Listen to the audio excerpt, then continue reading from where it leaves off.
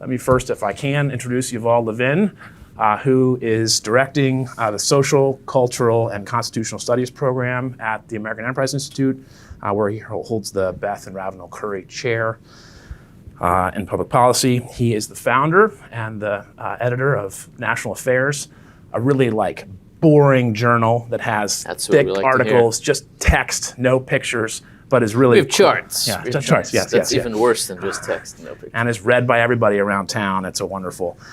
He's also a senior editor at the New Atlantis. He's a contributing editor at National Review and a contributing opinion writer at the New York Times. He leads this program, this research division that looks at the foundations of self-government, future of law, regulation, and constitutionalism. He and his colleagues, several of whom are regulars at Faith Angle and friends of this program, explore sort of the deeper state of American social, political, and civic life, focusing on the preconditions that are necessary for a flourishing society. He worked on the Domestic Policy Council with George W. Bush's administration. He was executive director of the President's Council on Bioethics, congressional staffer at the committee level, the staffing level, leadership level. And he holds a PhD and an MA from the Committee on Social Thought at University of Chicago, a program that, if you know it, is special and comes out in a lot of his writing. That's appeared at the Wall Street Journal, the Atlantic, the New York Times, Commentary, and elsewhere. He is the author of, most recently, one of the books, I think the one that's holding up your stack of gift books today, which is A Time to Build, From Family and Community to Congress and the Campus, How Recommitting to Our Institutions Can Revive the American Dream. Thank you for coming, Yuval. Take it away. All right, thank you very much, Josh. I appreciate it. It's always nice to be part of what you all do, and I especially think back fondly to the years when Mike Cromarty would do this. Mike was my colleague for 10 years at the Ethics and Public Policy Center, and an extraordinary person. I like to think this program still has a bit of his really one-of-a-kind personality, and the focus, the emphasis on helping journalists get a better sense of the full diversity of American society and the dimensions of that society that aren't always obvious to people in journalism is just tremendously important. I'm very glad to be able to be part of it.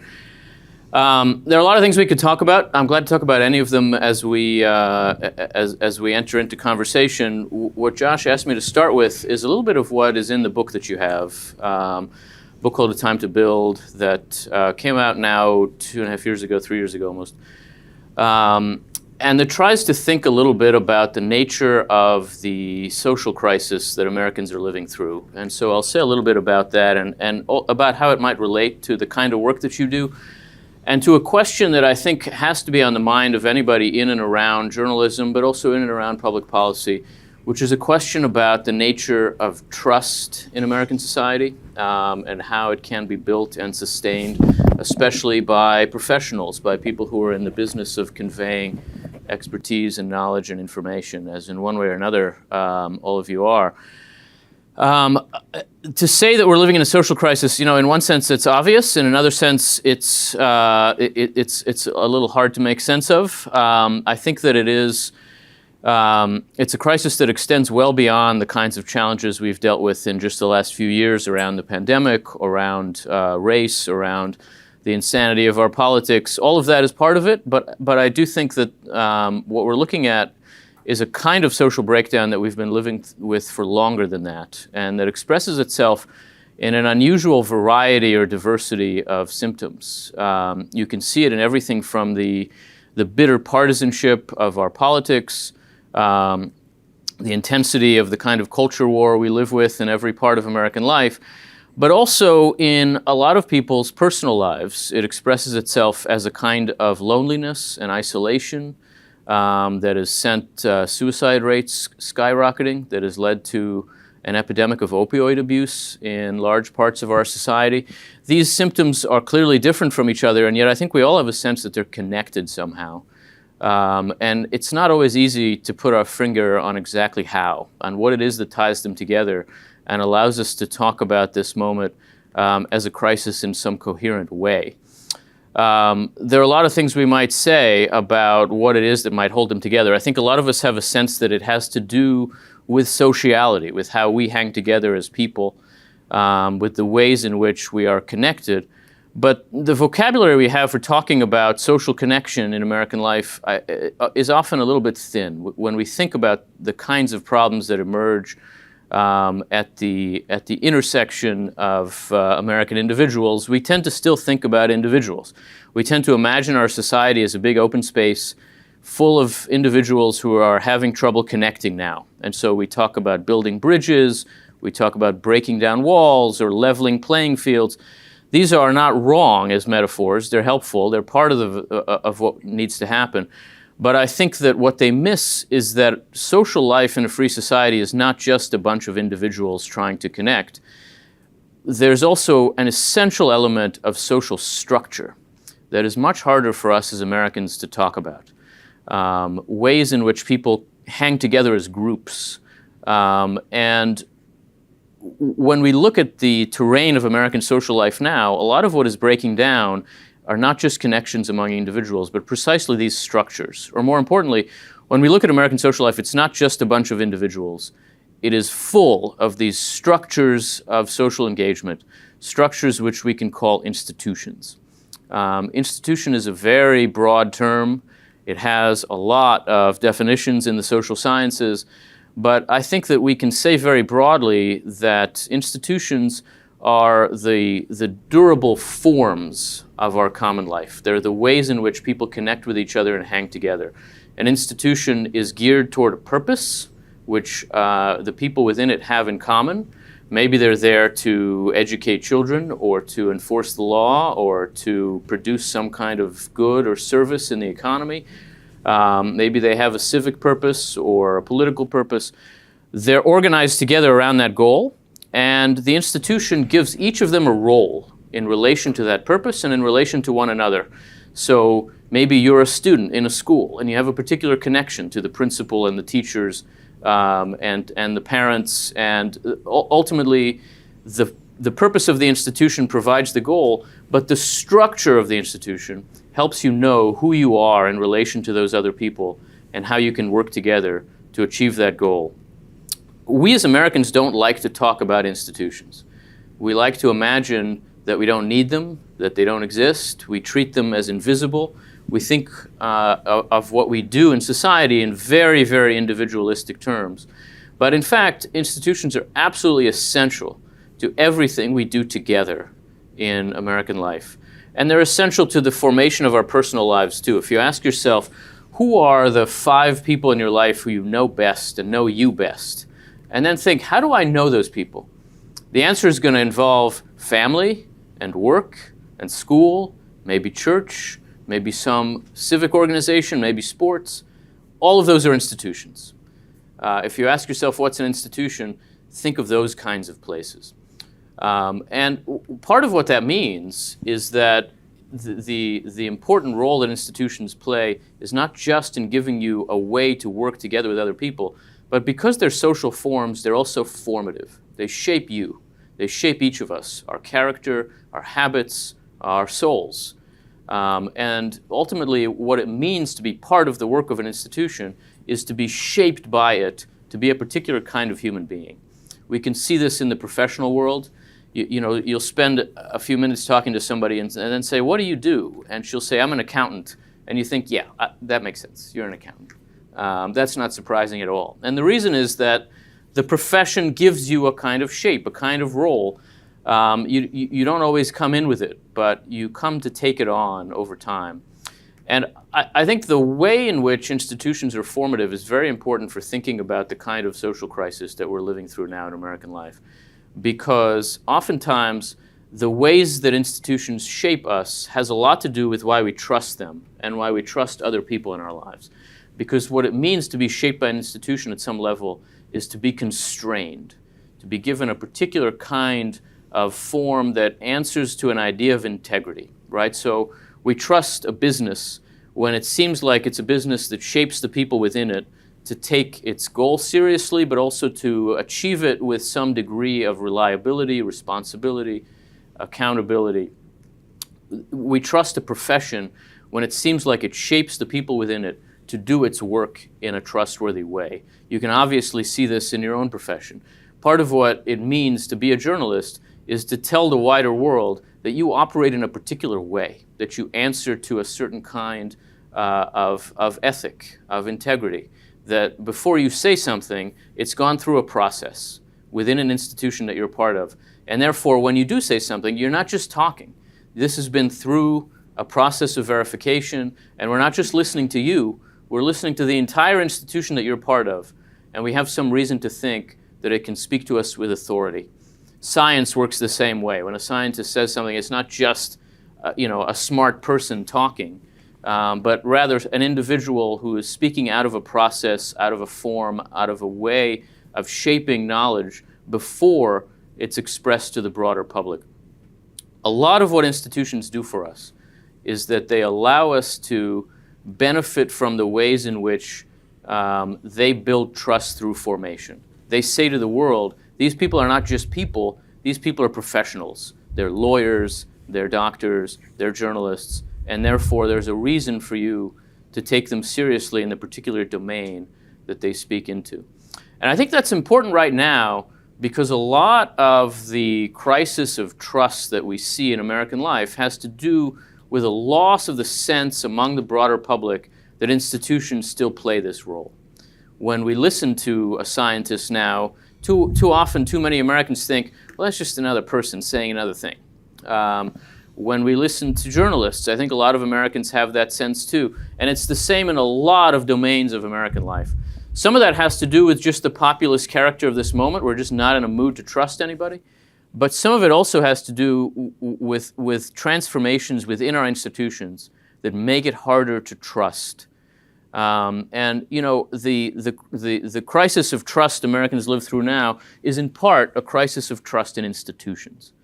In a sense, that's really obvious. It's one of the best demonstrated facts in public opinion that Americans don't trust institutions. And not just that, but that we've lost trust in them over a period of decades in a very, very dramatic way. Gallup takes account of trust in institutions in a standardized way that they've done since 1948. They ask about a certain set of institutions. They'll add one or two every now and then, but you have some questions that go back all the way to the 40s and 50s. And what you find is starting around the end of the 1960s, a collapse of trust in institutions. Every American institution, with the exception of the U.S. military, and we can talk about why that might be, is now trusted by far, far fewer Americans than was the case 50 years ago. And in many cases, the collapse has been just an absolutely dramatic, disastrous falling of trust. That's very true with regard to our governing institutions. In 1974, the year after Watergate, the year that Richard Nixon resigned in disgrace, you still had a majority of Americans expressing trust in the presidency. And now you have about a quarter of Americans expressing trust in the presidency. Trust in Congress is barely in double digits. There were a couple of years in the last decade when it was not in double digits. The trust in the professions is not as low, but it has declined very dramatically. Whether that's journalism, whether that's medicine, whether that's science, Americans don't trust professionals. One of the reasons for that loss of trust certainly has to do with just traditional kinds of measures of competence. In the 21st century in particular, Americans have lived through examples of incompetence among professionals that are hard to ignore. And again, this is especially true in our governing institutions, whether that's in Iraq, whether that's the financial crisis, whether that's the pandemic. Americans feel like they have a lot of reasons not to trust professionals. And that's part of what's going on here. Part of it is also a kind of evident corruption in some institutions. Certainly it becomes harder to trust people with power when they seem like they use that power for their own benefit. But both of these challenges, the challenge of demonstrating competence and the danger of corruption, are in a sense always with us. And they're always evident in public opinion about trust in institutions. What you really find in the 21st century, and I would say the collapse of trust has accelerated dramatically in the 21st century, is, I think, a different kind of dynamic that has driven a further loss of trust. And it has to do exactly with the formative purpose of institutions that I started with. I think there is, broadly speaking, a sense among a lot of people in our country that institutions are not functioning formatively now, but rather performatively. That they don't take individuals and shape them in a particular way and turn them into a member of Congress or a scientist or a corporate CEO, but rather function for those people as platforms for performance, for building a personal brand, for building a following, and allow those people to stand on a platform and be visible, rather than turning them within the life of the institution into a more trustworthy kind of human being, a professional of one sort or another, or someone shaped by institutional responsibility. I think a lot of Americans have the sense that our institutions have gone from being formative to being performative, and therefore that the people within them are much harder to trust. We can see this in a lot of arenas of American life.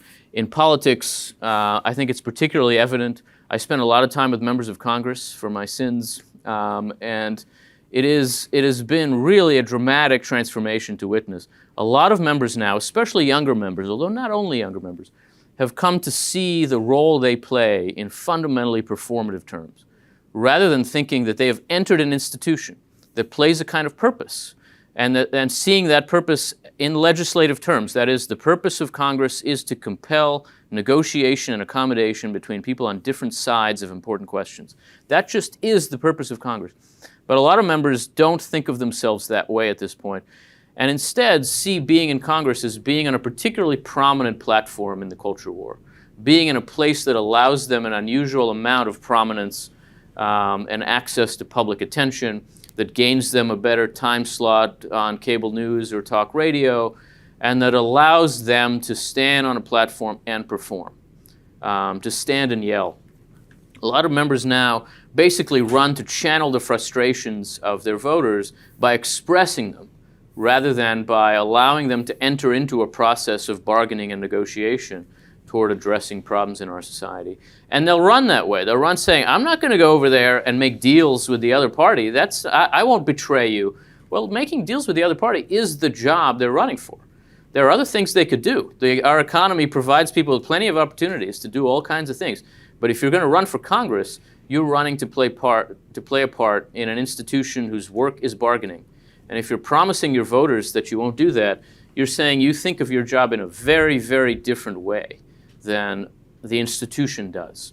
And you don't find a lot of members now being formed into that human type that is a member of Congress. There is such a type.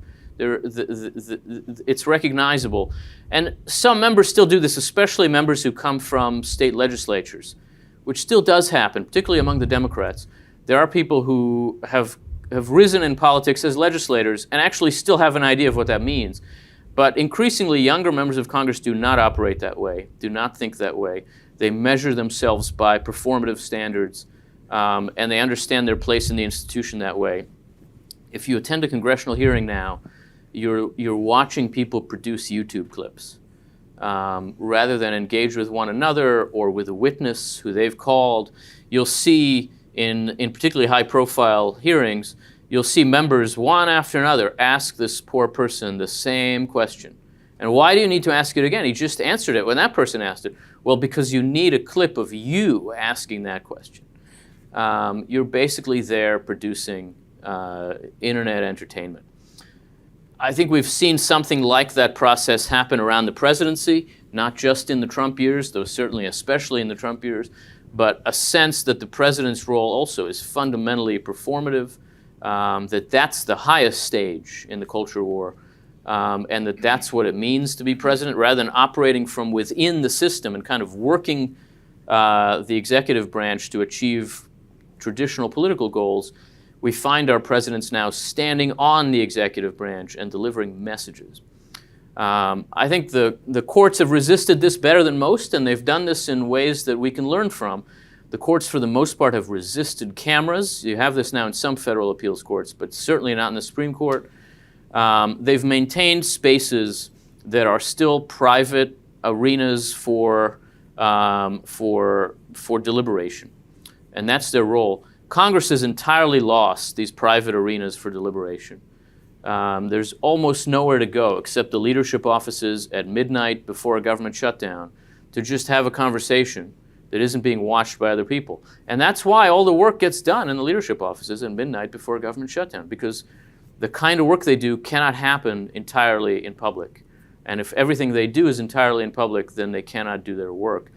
You find a lot of members in both houses saying their favorite part of the job is participating in the work of the Intelligence Committee. Well, that work is terrifying and difficult, but it is also private. And it's a place where they get to say, I don't know about this, tell me more about it, which you could never do in a public hearing. It's a place where they actually get to know their fellow members of Congress, and there's a lesson to learn there. There's a lesson to learn about how institutions function. But I think in some ways we see the same thing operating in a lot of institutions outside of politics. There's obviously a version of it in journalism where rather than working through an institution and benefiting from the capital, the trust capital that it provides, we find a lot of journalists now on Twitter operating as individuals and doing work that is indistinguishable from just the expression of their personal opinions. Some of it is very valuable. They're actually doing real reporting and providing a lot of information, but it is very hard to tell apart from personal expression. And that means that it is very hard to trust, and that it makes the work of journalists in general harder to trust when we just know them too well. We see too many facets of them that are not their professional selves. It makes it much harder to have confidence in the work they do. I think you find the same kind of thing happen in corporate America. You find it happening in the religious world, where institutions that are fundamentally there to shape and form souls are being used instead for political expression, and to sort of prove that you're in this party and not in that party. And you see the same kinds of cultural deformations happening there that you find in Congress, a kind of celebrity culture that emerges around the leaders of religious communities that ultimately ends up treating the church as a platform, as a stage. The same kind of thing is happening in the academic world, which again, you have an institution that is there to advance knowledge through teaching and learning, but that instead becomes a platform for expression. And expression is not the same as teaching and learning. Expression is not the same as civic action and political action. And I think we too often now mistake the two and think that when we've said something, we've done something. And it's not true. When you've said on Twitter or TikTok that you agree with this or that, you haven't changed the world at all. And I think we've come to see in this moment, in this period in American life, we've come to see expression as action to a dangerous degree. And we sort of reflect this back on our understanding of American history too. When people want to express a strong political view now, or opposition to something in our politics, there's a tendency to recreate the appearance of a protest movement, but without the underlying institutional infrastructure of a protest movement. So you just show up on the street with signs, and then it all dissipates and goes nowhere. And we think we've done something like the civil rights movement of the 60s, but you know what? The civil rights movement was not fundamentally about holding up signs. Bringing 1 million people to Washington in the summer of '63 was a way of saying, we can bring 1 million people to the voting booth in November of '64. And it was understood that way. It was a way of showing organizational power, not a way of expressing opinion. And I think some of our technologies and a lot of our cultural evolution has meant that we've lost sight of the difference between expression and action. But more importantly, that we've lost the ability to have real trust in people within our institutions because we think they're all fundamentally involved in expression. And we think that what there is to know about them is what party they're in and what their view is on this issue or that issue.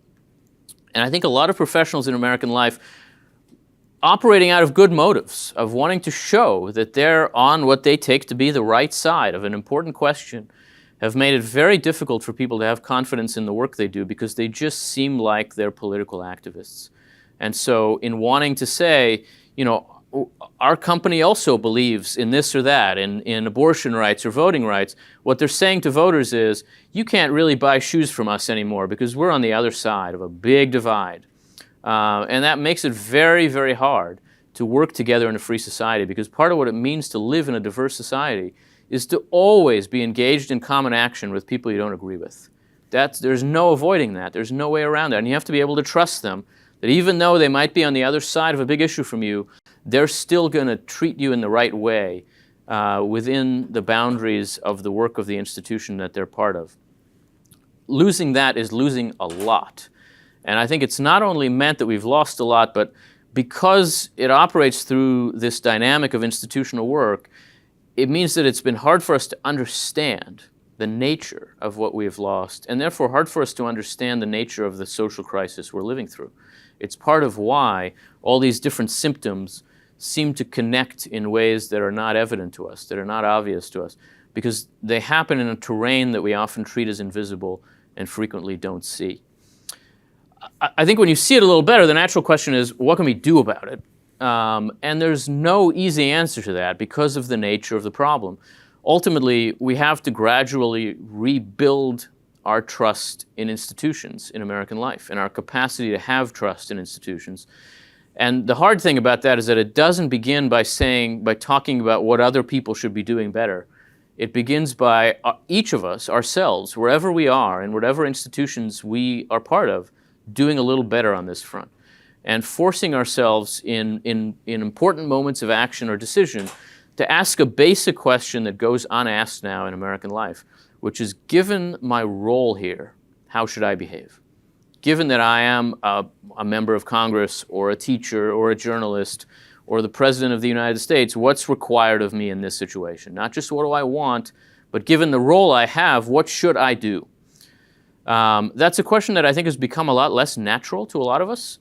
It's a constraining question because often the answer is not just what you want to do, but what's required of you given the obligations you have, the responsibilities you have, the privileges you have, the power you have. We all ask this question now and then in our personal lives. You know, someone will cut me off on the highway and I'll want to scream what I think of them and then remember there's kids in the back and I'm just not going to do that. That's a little bit like what's missing in a lot of American life. And we often find ourselves looking at people and thinking, he's the President of the United States. How is he doing that? Well, the fact is he just didn't ask himself the question, what should I do given that I'm the President? Constantly we find ourselves asking that sort of question about people in all kinds of positions. And I think beginning by asking ourselves, given my role here, what's required of me, and then demanding the same of other people might help us to understand what we're missing, what we need to push for, what we need to do differently. And then can also help us understand how institutions need to change. And I do want to say it's important to see that institutions need to change. The problem we face is not just that Americans don't trust institutions, but that institutions are not trustworthy enough. And there are a lot of ways, of course, in which what it means to make them more trustworthy is not just to build up the public's confidence in them, it's to make them more trustworthy. It's to reform them and change them in ways that make them more worthy of our confidence. There are a lot of reasons why Americans don't trust institutions. It's not ridiculous. It's not silly. Institutions can be very constraining and restricting. They can limit our freedom of action. Sometimes they are, in fact, literally oppressive. Right? A term like institutional racism, that's not a metaphor in America. That's a reality for a lot of people. And it's crucially important to see that powerful institutions are very dangerous and that we do need to think about how to restrain them and constrain them. There are a lot of times when the problem in American life is that our institutions are too powerful, even too trusted. I think you look at America in the middle of the 20th century, and that's a society with too much trust in its institutions. But where we're living now, we're a society with too little trust. And we have to think about how to regain our capacity to build the trust of our fellow citizens and also to build our own trust in the various institutions we're part of. And so beginning by asking ourselves what we can do differently has to lead us to think about how we can change institutional structures and incentives. Incentives really matter. Those members of Congress are not idiots. They're very intelligent men and women. They're responding in smart ways to the incentives they face. And the incentives they face are the problem. And that means we've got to think about political reform. We've got to think about structural reform in a variety of institutions, in the academy and in the church and in journalism and in every place that matters to us. We have to ask ourselves, how do we make it reasonable and rational for people with power in this institution to actually behave responsibly. And that will require a lot of change. But to begin with, I think it just requires seeing the problem in this particular way and thinking about responsibility and about trust and about accountability in ways that take account of the nature of American institutions. I think that's one way to see the breadth of what has gone wrong and the depth of it, and to afford ourselves some ways to take action, some ways to do more than just stand around and think, boy, all these people are really doing a terrible job. We need different people in politics or in the business world. We have to go one layer further and ask ourselves how we get there and what it is we expect of them. And I think thinking in institutional terms can help us do at least a little more of that. I mean, that's what I'll say to start, Josh, and we can talk about any facet of that or anything else that's on your mind. Thank you, Yuval, for that comprehensive institutional smackdown and stiff tonic on a Monday morning. We're going to go over to you. So if you've got a question, would you maybe put up your table tent and get in the queue? And all this is on the record unless you say, like, this is off the record. So sincerely, Yuval, thank you very much for that. It was awesome. Who's up? Come on, institution of journalism isn't too beat down. Right. Matthew Chua from Texas Tribune. Please. Okay. I wanted to ask a bit, you brought up this really interesting point of this, the fact that a lot of members of Congress really appreciate their time on the intelligence community because it's private. And I understand the pragmatics of being able to work in a setting that's, you don't have to perform, but also there's this tension with the need for accountability and public accountability. Yep. In talking of incentives, what's a way that you think would be a good way to kind of balance those two things? Thank you. It's a great question. And I should say, I love C-SPAN. I watch it all the time. I'm that kind of political junkie. But I should also say that I think C-SPAN has done real damage to the character of the institution of Congress. And there's a balance to be struck. There is absolutely a need for accountability, even a need for transparency in the work of an institution like the U.S. Congress. But I think that has to be done in a way that recognizes the nature of the work that Congress does. Certainly, members have to be accountable for the legislation they produce, for the work they do and what they vote for. And everything they vote for has to be available to the public, ideally in advance, and they have to be answerable for it. But how do they produce legislation? The institution of Congress is ultimately a legislature, and that means that its work is bargaining and accommodation. And bargaining cannot happen in public. If you're watching bargaining happen in public, you're watching a show. You're not watching the real thing. People do not make concessions in public, and they don't ask questions in public. They don't try out ideas. They just don't. And so I will tell you, having worked for a congressional committee, having worked for a House leadership, real negotiation only happens in private. And that means there has to be somewhere for members to negotiate in private. Now, what they produce in those negotiations has to be shown to the public, and they have to be accountable and answerable for it. But the process of giving and taking, there's got to be somewhere to do that. I think having C-SPAN cameras on the floor of the House and Senate, that's fine. The floor of the House and Senate have always been a show. Nobody's ever been persuaded of anything on the floor of the House of Representatives. That's not a new problem. But committee work, which is really where both houses do their actual work, there has to be some private space for members to talk to each other. And to talk to each other in what I would say to you, maybe not to them, as talk to each other in vulnerable ways. To say, look, I understand, but I have to represent this constituency. The unions are just not going to go for it. Or, social conservatives will kill me if I do this. They have to be able to talk to each other that way. And they cannot do that in public. So that I think moving cameras into committee rooms and having cameras in every public committee space, and I say public because there is a balance to be struck. There is a way to allow people into the room without allowing cameras into the room. The difference is a big difference. Committees need some genuinely public events. Some hearings really ought to be on TV. They also need some hearings that are more like Supreme Court sessions. A small group of people can be in the room. Journalists too, but don't put it on television. That's very different from having it be reported the next day. And they need some genuinely private spaces. I think they can do this very easily. They don't have to kill C-SPAN. They can just create a new genre of committee work. Call it a business session and have it be closed as the Intelligence Committee, so that they agree not to talk about the details, but to come out with a product. Otherwise, what happens is legislation ends up getting produced outside the committee process. And that is what has happened. When Congress does work now, think about the last Congress. There was some real legislation in the last Congress, right? There was an infrastructure bill, there was a gun bill, bills on difficult issues. How were they produced? They were produced by a group of 20 senators who met in private in Susan Collins' office to produce legislation. The infrastructure bill was not written by the staff of the Transportation Committee, who are the only people who actually know anything about infrastructure on Capitol Hill. But they couldn't use them because they didn't want to do this in a public way. I think that's just ridiculous. And Congress has to restructure itself in a way that takes account of the problems it now faces.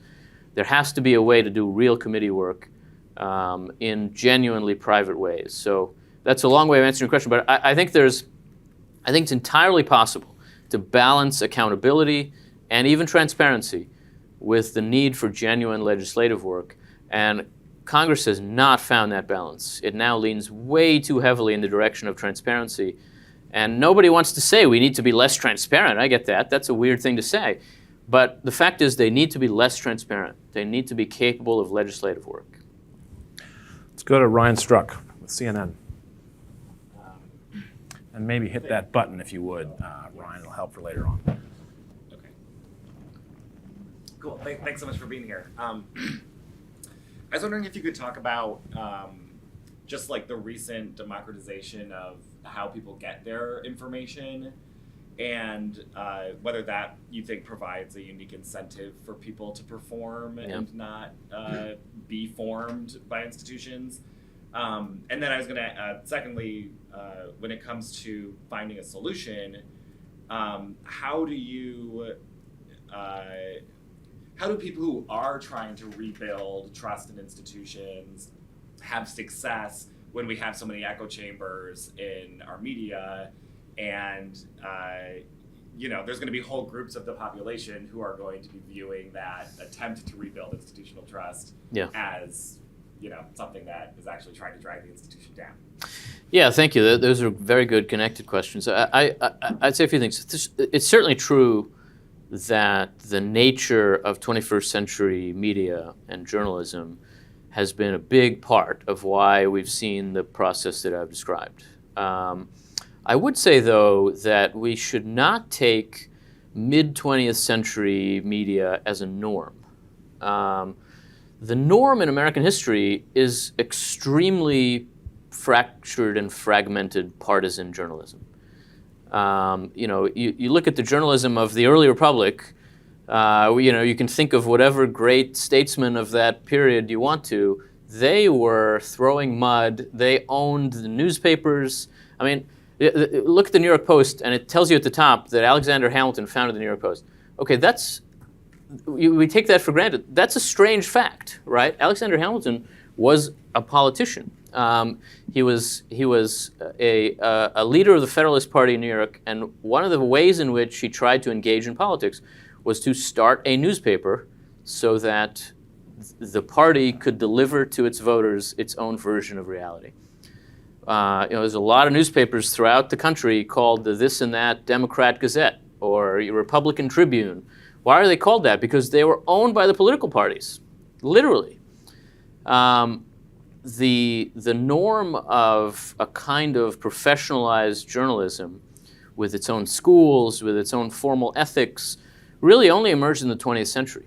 And it was part of the larger kind of growth in scale of a lot of American industries and the standardization and formalization of a lot of American life. It had great benefits. It did have some drawbacks. It created one echo chamber rather than a million echo chambers. And in some ways that's better, but in some ways that's worse. Whatever we think of it, we're not going back to it. I think we have to think about the kinds of incentives that 21st century American journalism creates and which of them need to be changed and how that could happen. So we do now have, again, a fragmented partisan journalism, but I think we also have a journalism that has a very distinct kind of economic model, where basically the internet, even before social media, but maybe especially social media, means that the kind of advertising model that supported journalism throughout much of its history, which was a general reach advertising model, right? The department store wants to reach as many people as possible. So it wants to advertise in a newspaper that will reach as many people as possible. And that means the newspaper has to be formulated in a way that will appeal to as many people as possible. That's no longer the case. There's now targeted advertising. The paper can tell the advertiser exactly who its readers are, and it needs to keep exactly those readers. And that means it needs to give those readers what they want. And every commercial media enterprise now has to feed its audience exactly what it wants. It has to keep them happy, not just large and broad. And that creates an incentive for partisan journalism. There's no way around it. It's a very powerful incentive. Even in the great journalistic institutions that do their best to avoid this, all of them have been subject to that in the 21st century. And the economics of journalism means now that it is very hard to have the kind of broad reach journalism that was the norm 2 generations ago. I think the question is, what can we do going forward? There are some models of trying to do this. There are some models of nonprofit journalism that have tried to do that. The Texas Tribune is a great model, which not only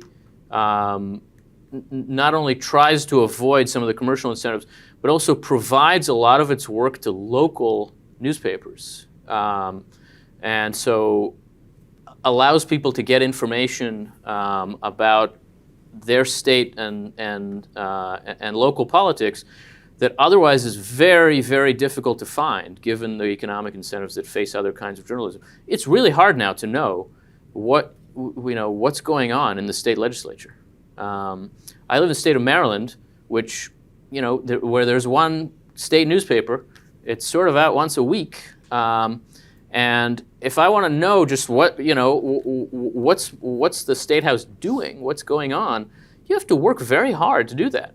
Whereas it's much easier to find out what's going on in Congress. It's much easier to find out what the president is saying. So I think along both of these axes, both in terms of allowing people to have more information about where most of the governing in our country actually happens at the state and local level, and changing some of the incentives that drive the fragmentation of journalism, there's a lot of experimentation to do. There's a lot of work to be done. I don't think anybody's found the right model. And instead what we're left with are these fragmented echo chambers. And so I agree with you. If you try to reform our governing institutions in ways that encourage Congress to be more an arena for accommodation and bargaining, a lot of the people who most closely follow politics would see that as a disaster, would see that as a bad thing, as giving in to the other guys who they hate with a passion. I do think, though, that it's also the case that a lot of other people, a lot more people, would see that as an improvement. And that at the end of the day, if our parties actually thought like national political parties, that is, if they tried to build broad coalitions, they would find that creating a more accommodating politics that's a little less crazy would actually be pretty appealing. Neither of them thinks this way. Neither of them has thought this way now for a generation. And maybe that's one more thing to say about this moment is what's been distinct about the last 30 years is that we've had a 50-50 politics. Not that it's been polarized. American politics is always polarized. Republicans and Democrats have hated each other's guts since the 1850s when the Republican Party was created. We're always polarized. We are by no means always at 50-50. That's a very unusual situation. There's generally a majority party and a minority party, and then there's a realignment and they switch sides. We have not had a majority party in American politics since the 1990s. And that means that both parties operate like minority parties. Each of them is defined by the other entirely, which is how minority parties function. They exist in opposition to the majority. But we don't have a majority. And the only thing that Democrats have to say is we're not Republicans. And thank God for that. And the only thing Republicans say is we're not Democrats. And aren't you glad of that? And that kind of echo chamber is very hard to break out of. I do think that there is a constituency for breaking out of it, and that the first party that really grasps that will actually be in a place to really own the next phase of American politics, but they sure don't see it. I mean, let me tell you, spending a lot of time with politicians, they do not see it that way. Maybe they're right, they have to run for office, but right or wrong, they don't see it that way. Let's jump next, if we can, to Matthew Brown from the Washington Post. And maybe hit that button too, Matthew, if you wouldn't mind. Thank you for being here. I'm curious your perspective on the interplay between social contracts of institutions and institutional structures. Basically, I'm curious if the forces that you're talking about that have changed American society from both the local level all the way up to the national, if their reasons for being and the structures that we've used to mediate through them, work through them, whether it's from like a civic local body all the way up to Congress, if the issue isn't so much that they are not working because of some technological reason or social reason, so much as they just haven't kept up with the new dynamics of American society. Do you think that there's a tension there, or do you think that the social contracts are persistent, perennial, and that there's just something else going on? Well, I think these things are related. So ultimately, institutions in our society answer to a purpose, right? They exist to achieve some goal. Some goals are durable. They're always necessary. We always need basic governing institutions. There are some commercial functions that we just always need, and we always need schools, and we always need some forms of social order. We always need ways to advance some ideas of justice. Some needs come and go, or are functions of changes in American life.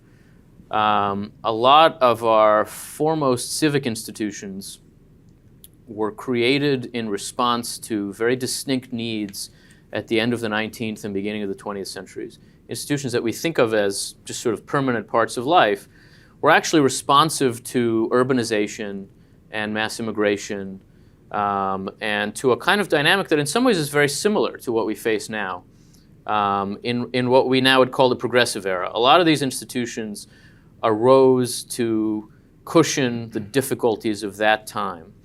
The displacement that was involved in a lot of people moving from farms to cities led to the creation of all kinds of institutions to help young Americans adjust, accommodate. The YMCA, the Boys and Girls Scouts. Again, we think of them as always been around. They exist to answer a very specific kind of need. And maybe in some ways they've adapted to answer other needs, maybe not. I think we always confront both of these kinds of institutions, the ones that have to be durable and so have to evolve, and ones that, get used up. They meet the needs they were created to meet, or they fail, and we end up going somewhere else. I think one thing that does stand out about this moment a little bit is that we're not creating new institutions at the pace that Americans often have, and at the pace that you would think that the social needs of this moment would call for. We end up spending a lot of time kind of folding our arms and saying, why isn't anybody doing anything about this, rather than doing something about it. Some of that has to do with the loss of those kind of muscles for local action, for thinking this is my problem, our problem, rather than who do I need to vote for so that they'll take care of this. And some of it is a kind of nationalization of our self-understanding. I think part of what the internet and social media have meant is that we all think of what is national as being as though it were local. We think of it as our own. We think of it as the immediate. And that means we tend not to be as active in local spaces. And so I think there are some institutions that run their course, that need to be abandoned, that are working so poorly that we just need to leave them, or that need competition. You need to start a different way of thinking about how to meet this particular need. Sometimes that's what institutional reform looks like. There's some institutions that can't really be improved by competition. We can't just create another Congress and say, why don't you try this a little differently and we'll see. And so we have to fix Congress, and that's very hard. I think we have to be alert to both of these things, and in a sense, as individuals, asking ourselves, where can I do better? Some of that is just a function of what you feel called to do, what your strengths are, what you're driven to, what moves you. I do think we're going to see new institutions in a lot of arenas of American life, like journalism, like education. I think higher education will be transformed in the coming generation. Certainly, we should expect that journalism will be too. And there are other arenas where what we need to do is reform. So it does make sense to think of the basic contract of sort of why did we create this institution? Who is it answerable to? What does it owe us? And that will help us some in thinking about how to make these changes. But I wouldn't overstate how different this moment is. I wouldn't overstate the degree of complexity and difficulty. Americans in every generation, and of course not just Americans, have always lived with tremendous burdens and difficulties, with challenges of change and dynamism.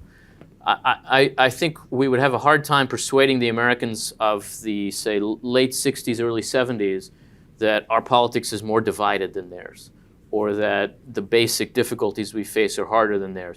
I think we'd have a hard time telling Americans who lived in the 1930s that it's really hard to live in the 2020s.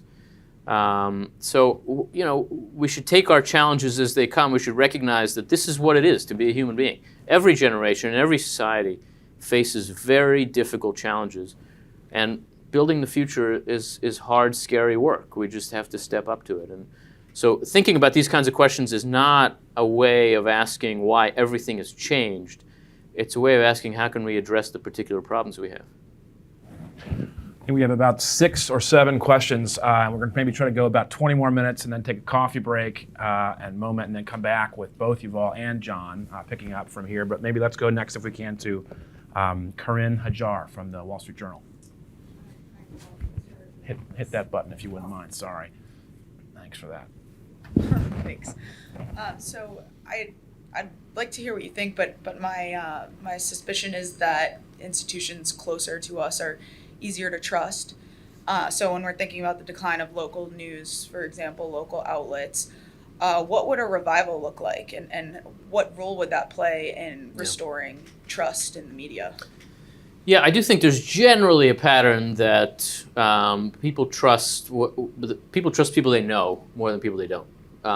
There's been real decline in trust in local institutions too, but I think it's still the case that often that mistrust expresses itself as a lack of trust in the general category and not in the particular people in front of you. A lot of Americans will tell you, I hate the public schools, but my kid's teacher is just great. And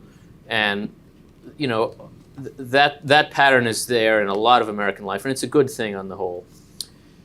Local journalism, local journalism has been the most obvious victim of the transformation of the economic model of journalism. It is very hard now to imagine an economic model for a thriving mid-sized city newspaper. It's just very hard to know what that would look like and how you could possibly sustain it. So I think it makes sense that some of the experimentation we've seen with state and local level journalism has been in the nonprofit space. There's only so much journalism you can really do in the nonprofit space, and it also has its own challenges. Nonprofit doesn't mean they don't need money. It just means it comes from somewhere else, and wherever it comes from is going to influence the kind of work they do. I think there are some nonprofit journalistic institutions that have managed to have a broad enough base of supporters that they are not dependent on any of them. That's what nonprofits in general tend to do. It's what DC think tanks try to do, not to depend on anybody too much so that you can be independent. I think that's a little easier to do at the state level in very large states. We can say state level in California and Texas, but California and Texas are both larger than any European nation. And so that's still a very large scale, and it means you've got a lot more of a foundation of support to draw on. It's also more possible to have a commercially viable journalism at that level. The second problem is a demand problem, which is that I think changes in American politics and polarization and culture war just mean there's less interest in local issues. So that national political issues are more interesting to people than what's happening in their own community. And a lot of the incentives drive local politics toward national issues. There are people in my county in Maryland running for county commission by talking about immigration. And I mean, maybe I agree with you, but you have absolutely no say about immigration at the county level. It just doesn't matter what you think about it. But they need to signal what party they're in, essentially, and the only way to do that is to talk about national politics. So this is just a way of saying I have no idea how to solve the problem of local journalism in a viable way. I think it's very much worth trying to learn from the places that have done this. But what Rhode Island could learn from the Texas Tribune is not obvious to me. And I think we need local journalism for American politics to function the way it's built to function, because most governing happens at the local level and at the state level. And right now it's happening in a way that is, I mean, I'll tell you, in some ways it's helpful. Governing at the state level is much healthier than governing at the federal level, in part because voters are frankly less interested in it. But that's really no way to think about what a healthy politics looks like. And I hope some of you have ideas about local journalism, because I wish I had more. Cara Bettis Carvello from Christianity Today. Morning. I think you partially answered my question in addressing Matthew's question, but I'll ask it anyway. It's a little more fundamental, just in terms of, even if we understand the problem of mistrust in institutions this way, and with our value in individualism, do you think people actually are willing to change? And do you think they're willing to conform to their role within their institution? And do you think institutions, are willing to reform? Yeah. Well, so I think the crucial word in your question is they. Why should we not say we? Are we willing to change? If we see this problem, are we willing to do something about it? I think if you ask it that way, there's much more of a positive answer than if you say they. They, I don't like them. They're the cause of the problem. But I think we can see this problem and do something about it. I answer it this way. I'll tell you a very quick story. I know that we're running out of time. I became an American when I was 19. I'm an immigrant. I was naturalized at the federal courthouse in Newark in 1996. And after we all took our oath, the federal judge who gave us the oath stood up to give a little talk. And I thought, he's going to quote Lincoln, and he didn't do any of that. I mean, I distinctly remember being disappointed with what he said. And yet, here I am telling you about it, 20 years later. What he said was, from now on, you have to talk about America in the first person. And when something's wrong, you have to say we. And when you're proud of something, you have to say we. And when you talk about terrible evils in the past, you have to say we. And that's all he said. And I thought, okay. But that's the answer to your question. I do think it is possible for people to really change the way all of us behave in what is now just an absolutely disastrous, dysfunctional public arena, if we think more in terms of we and say, can I change so that this is a little bit less bad? I think all of us can do that, yes. Catherine Post with Religion News Service. Good morning.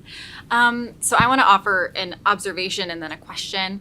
I cover religion at the Religion News Service, unsurprisingly, and so the loss of trust in religious institutions is particularly of interest to me. I also particularly cover abuse in the church and abuse survivors, and so when it comes to loss of trust in religious institutions, that's what comes to mind for me. Abuse survivors, they lose trust in religious institutions because of hypocrisy and because of the harm they've experienced. And so it was interesting to hear about your formative versus performative model here. And the way that I was sort of thinking about that and the kind of journalism I do was thinking about how religious institutions want to perform when it comes to responding to abuse rather than do the formative work of caring for survivors, right? And actually caring about their spiritual needs. They want to preserve the appearance of integrity rather than actually fulfilling that integrity, being an institution with integrity. So it's ironic because what the survivors are asking for is always integrity. So my question is, how do we incentivize religious institutions to care well for survivors, to genuinely embrace integrity, and to be formative rather than performative? Yeah. I've had this thought often in thinking about how various kinds of institutions in in the religious arena respond to their own failures. And oftentimes now they respond the way that a corporation would, by thinking about how do we protect our capital, how do we avoid this becoming a crisis. And you almost want to say, well, what if you were religious? What if you were Jewish or Christian? How would you respond then, Rabbi? And I think it's a form of asking the same question of kind of, given my role here, what should I be doing? The corruption itself obviously is the grave moral failing. That's not new. It's not as new as we'd like to believe. And I think part of what we've learned in a lot of these horrible crises and scandals is that this has been going on a long time. And we all know at some level that it's always been going on, that it happens in every institution. It's not distinct to religious institutions, but they're not exempt from it, as they might wish to believe they are. But it's become easier to see in some ways because we have more visibility into institutions now generally, and I think that's important. But the response to it, I think, has not been reflective enough of the fundamental character and purpose of the institutions. I haven't been an insider in the Catholic Church scandal, but as an outsider, it has looked that way. It's looked like they responded in a way that just simply didn't have anything to do with the fact that they're a church. I have seen this in some ways in my own community, in the Jewish community in Washington, where we've had a couple of significant scandals in the last 15 years, and where the first instinct has been to say, how do we contain the damage? I mean, yes, how can we redress this with victims? It's not that people are simply cold to this question, but they're pretty cold to the question. And the idea is to defend the institution. And they do think they're doing it out of a kind of religious mission. The larger community needs the institution not to collapse. Okay, but what if you were Jewish and you were thinking about this question?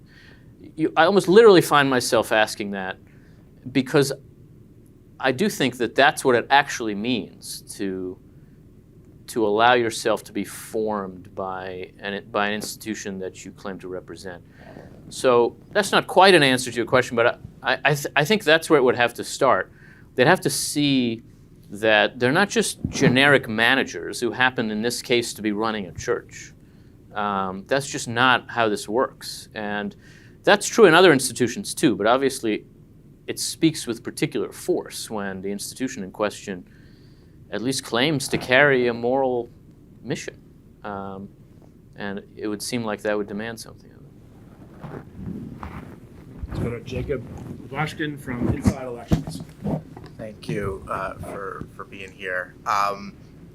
Do you feel like there's something almost anti-democratic about the way that you're positioning, kind of, especially when it comes to members of Congress, obligations to the institution, what should someone do as a member of Congress, versus obligation to their constituents and what their constituencies want? Because it seems like for a lot of these members, what their constituents want is someone to rabble-rouse, to go on TV, to be a fighter. We hear that over and over again about people like Trump, people like Marjorie Taylor Greene, they fight. So when you've got a member of Congress whose voters are consistently sending them back with landslide majorities and providing that positive feedback, is it anti-democratic to say, well, actually, no, you have different obligations to the institution of Congress and what that is meant for? And then who are you to say what those obligations are to this kind of thing that we've decided to call Congress? Yeah, it's a great question. I would say at some level it is counter-democratic, yes. We live in a liberal democracy, and part of what the liberal side means is that we don't just live in the system that has an obligation to let majorities do anything they want. Our system tries to balance the need to empower majorities with the need to protect minorities. And that's an extremely difficult thing to do because those are obviously contradictory impulses. And yet we know that when we fail to do both, at the same time, we're failing in the basic mission of liberal democracy, right? Majorities can obviously be oppressive and tyrannical of minorities. Americans know that. And at the same time, minority rule is not legitimate. And so we have to have majority rule that is also somehow protective of the basic rights and also the interests of minorities in our society, political minorities and others. The way in which we do that is through a complicated array of institutions that interact in a way that tries to enlarge majorities. You can't just get a little tiny majority and do everything you want. And that's very frustrating. It's very frustrating to little tiny majorities, which is all we've had in American politics for the last 30 years. And so you say, well, we won the election. Why can't we do this? Let's blow up the rules so that we can do this. This is what needs to happen. The rules are very important because they allow our system to remain legitimate. And they allow it to be legitimate even in the eyes of political minorities who didn't win the last election, because they know that the fact that they didn't win doesn't mean they lose all their rights, and it doesn't mean that they can never win again. So how do you sustain that really complicated political system that simultaneously empowers majorities and protects minorities, that builds consensus rather than just majority, by requiring majorities to grow before they can actually effectively act? I think part of the way you do that is through institutions that have strong ethics guided by their own purpose. Part of the way you do that, an important part of the way, is by having a Congress that understands its purpose as bargaining and accommodation and negotiation. The United States Congress is not a European Parliament where a small majority can do anything it wants because the public can throw it out at any time. The public can't throw it out at any time. The election is, we know on what date it will happen. These people are in power until then. But they don't have all the power. And the U.S. Congress is built in a way that requires majorities to negotiate with minorities before they can act. That means that if you enter that institution as a member thinking, no, my job is not to negotiate, then you are a menace to the basic purpose of liberal democracy. You are undermining the capacity of our society to remain a free and democratic society. And so I think it's very important that the institutions of our politics shape the people within them to take on their ethos, because that ethos stands in the way of majorities that want to say, we won, we get everything. So absolutely, what I'm talking about are incentives that will cause politicians not just to do whatever their constituents want in the moment, but to understand that they have a larger responsibility to sustain this way of life, to sustain this system of government. One other thing I'd say quickly is that we have also changed our elections in ways that confuse politicians about what their constituents actually want and who they actually are. Both parties adopting primaries to select their own nominees in the 1970s has meant that they're very confused about who their constituents are. They all try to win the votes of about 12% of the electorate that shows up on primary day for their party. And that's not actually the electorate. And so I do think that those are ways we can think about some institutional reforms to help politicians be better incentivized to perform the role our system demands of them. And yeah, that role is not purely democratic. It is liberal democratic. And that piece of it is really important, because just letting today's majority do everything it wants until tomorrow's majority comes in and does the opposite is no way for a society to function. Let's take one more question, okay, and then we'll take a break and come back with get more in with Yuval and with John Ward in just a moment. But let's go to Aisha Khan from Next City Org. Well, thank you so much for speaking with us today. I'd love to hear your thoughts on the loss of third spaces. That's something I'm very interested in, and I'd love to hear your thoughts on how that sort of fits into this thesis on the loss of trust in institutions. Is that the same phenomenon in a different form? Just where does that fit in for you? I'm also curious about whether you see, beyond a loss of trust in institutions, a loss of trust between individuals in American society, and again, how that fits into this. Yeah, absolutely. I mean, I think those kinds of third spaces that are, you might say, neither quite private nor quite public, or maybe they're not home and they're not work. They're somewhere else. those are often the places where our society has really lived its life. And even they're places where our society has solved its problems. Places where people can come together and engage in common action, get to know each other. I do think that the closing off of some of those spaces, or maybe it's more right to say that the exodus from those spaces, nobody's forced them to close, but people spend less time there, in part because of technology, which now takes up a lot of our time, in part because of changes in the economy that give us less time, and of some of the forces and dynamics that we've talked about. I think there is less room for the kind of civic life that's essential to the model I'm describing to really happen. And so some of what it would take to get back to building social trust would involve re-entering those third spaces. I think the key, though, is that we have to do that with a purpose in mind.